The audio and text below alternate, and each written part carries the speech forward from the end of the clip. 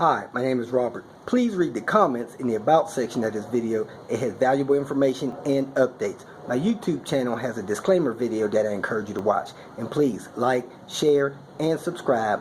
I hope you found what you're looking for. Thank you very much for watching. Yesterday, I stumbled across an IPD sway bar that fits the Panther by accident. I was always told those things are blue. Went out to the junkyard yesterday and pulled one out that was clearly black. I used to dream about getting an IPD sway bar. The way the budget's been in the past few years, I quit even dreaming about it. I often look under cars looking for blue sway bars that are likely IPD. Never found one. Yesterday, I went to the junkyard looking for a replacement sway bar for the one that I took off of the Panther a couple days ago when we found the one that came with the car broken while doing that rear wheel, four-wheel alignment. And I wanted to get one out of a wagon because according to Volvo's website, they're a little thicker.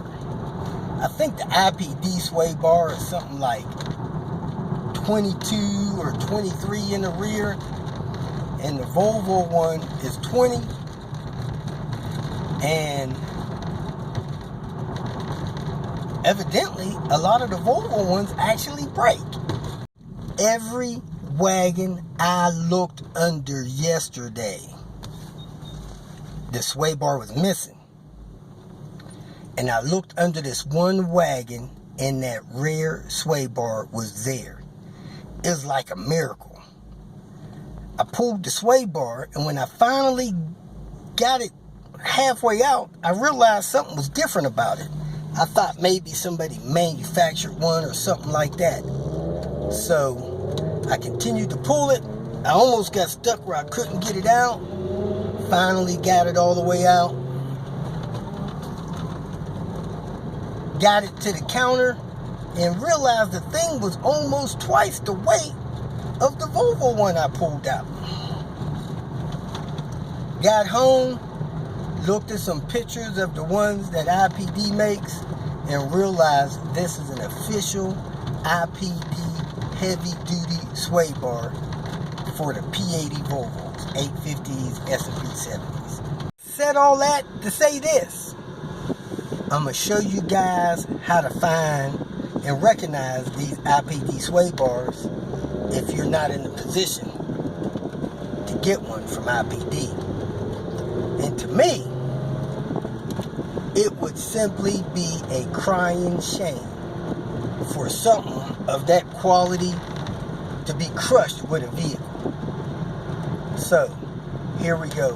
I'm going to show you how to recognize an IPD sway bar versus the stock ones. One thing you need to know, these sway bars are sold in sets, in pairs. So if you see one on the back, there's likely to be one on the front. It's easier to me to spot them on the back than it would be the front.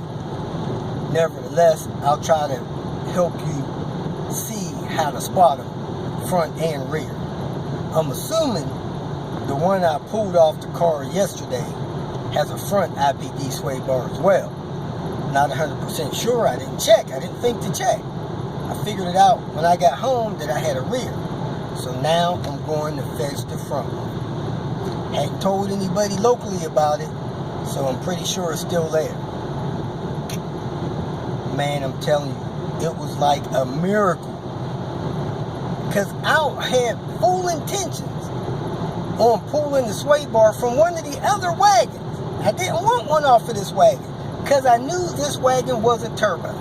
I figured, who would put IPD sway bars on a car that wasn't turbo? And this car did have some things on it that was geeked up, like it's got Bilstein HDs and stuff, but I still didn't imagine it would have IPD sways. So I wonder if the other wagon that I pulled Bilsteins off of several months ago, a year or so, I wonder if it had IPD sways. Man, I hate to think of it. So let's not let that happen again. Simplest and quickest way to check is to get under the car, passenger side, in front of the rear wheel, and look up at the sway bar. This is a Volvo sway bar. As you can see, it looks like a bracket here.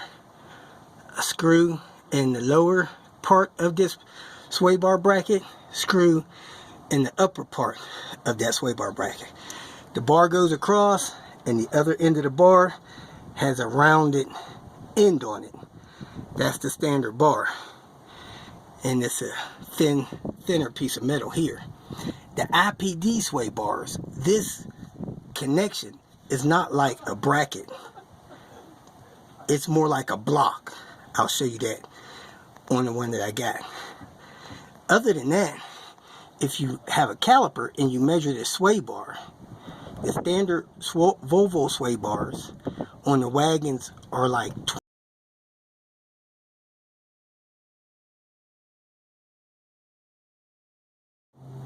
Now, with a caliper, if you measure the IPD sway bar in the rear, it's 22 millimeters. And the front one is 25. If you look on the passenger side, it doesn't look like a bracket. It looks more like a block. That's the first sign. Then when you look on the driver's side doesn't have that hook near the end, and the end of it is fabricated square and not that rounded end. Now, if you're driving down the road, straight down the road, the anti-sway bars don't mean much. But the moment you go into a turn, especially on the highway and off the highway, the thicker sway bars reduce the sway and tilt and lean of the car. Helps the car track flatter to the road like a sports car. You can actually go through the corners faster, feels more stable, safer, and all that good stuff. Let's look at the front one. Here's the front sway bar. As you can see, that's the bushings where it's mounted to the subframe. That's how thick it is compared to my thumb. About the same thickness of my thumb. And it's connected to the sway bar end links and then connected to the struts. So I'm going to check a couple more, and then I'm going to go to the vehicle that has the IPD bar so you can see it. One of the vehicles that the sway bar was just flat out missing.